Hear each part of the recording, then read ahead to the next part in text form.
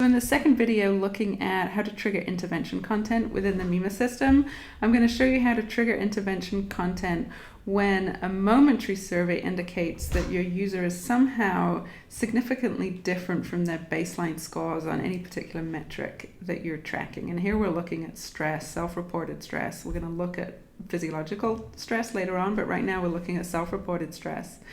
So we're looking to trigger intervention content, which could be videos, it could be audio files, it could be written content, it could be a question. In this case, it's going to be a prompt to use a number of different stress reduction techniques. So we're going to trigger that based on the momentary response of a user that is significantly different from their baseline score. So imagine that you're running the baseline survey for, say, a week before you go into the intervention phase. The system will capture all the scores that they answer to that question. So in this case, it's going to be the how stressed are you feeling right now. So say we run this, say, 4 times a day for a week. That will then give us our baseline score. So you can tell the system what to do with that.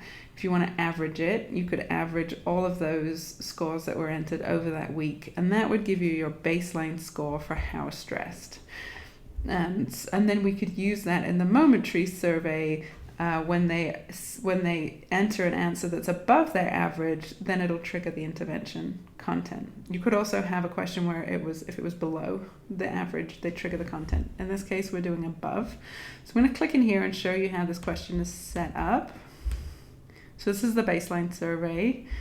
So the important things here are that we have this code, this analytics code, how stressed, because we're going to use the same analytics code in the momentary survey, and that we've checked the box is baseline code. So that's all we need to do in the baseline survey. And I'm going to go up here and go to the momentary survey, momentary stress demo. There it is. So here we are. So this is our momentary stress demo survey, which we were looking at in the first video of this series.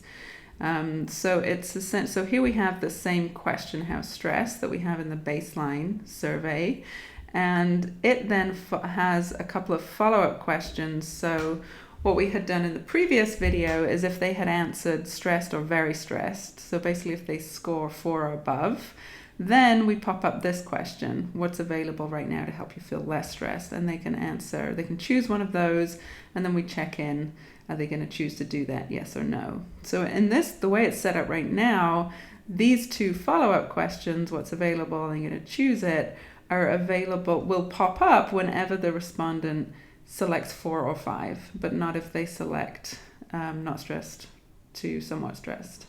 So we're going to change that here. We're going to remove this momentary dependency, and we're going to make these 2 questions now dependent on deviation from the baseline score.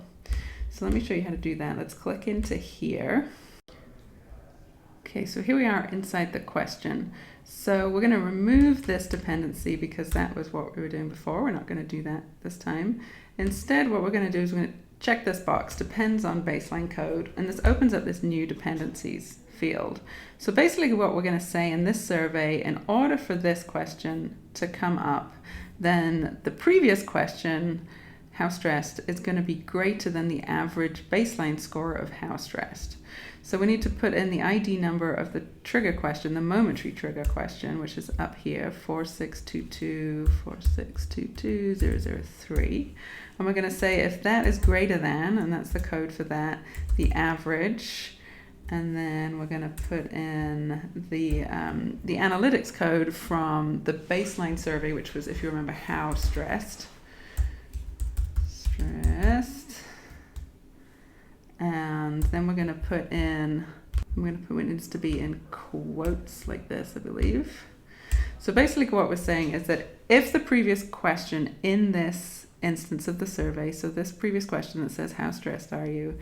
If their response to that is greater than the average how stressed that we've already tagged as baseline from the baseline questionnaire, then bring up this whole question about what's available to help you feel less stressed right now.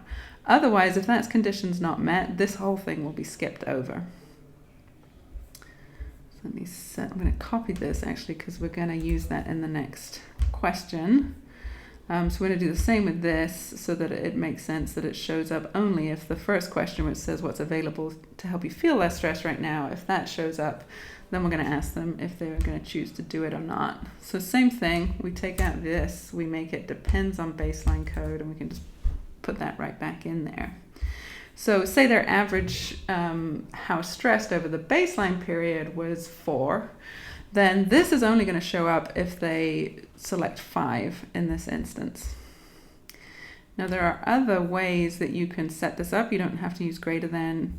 You can use, if I go over here, this is our help desk article that's on this this topic. So here it has a list of the codes that you could use.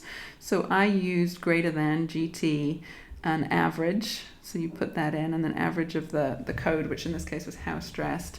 You could also use the minimum from the baseline period. You can use the maximum from the baseline period, and you can obviously use less than. It doesn't have to be greater than, or it could be equal to, or less than or equal to. You can also use the average of the last n values collected.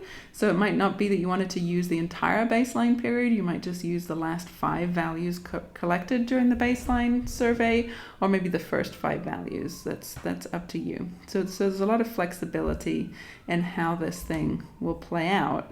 So now the way that we've got it set up is that if they will answer this first question, so in the momentary stress survey here, they'll answer the first question, they'll answer how stressed are you, and if they respond in a way that is greater than their average stress score from the baseline period, then they'll go into these 2 questions.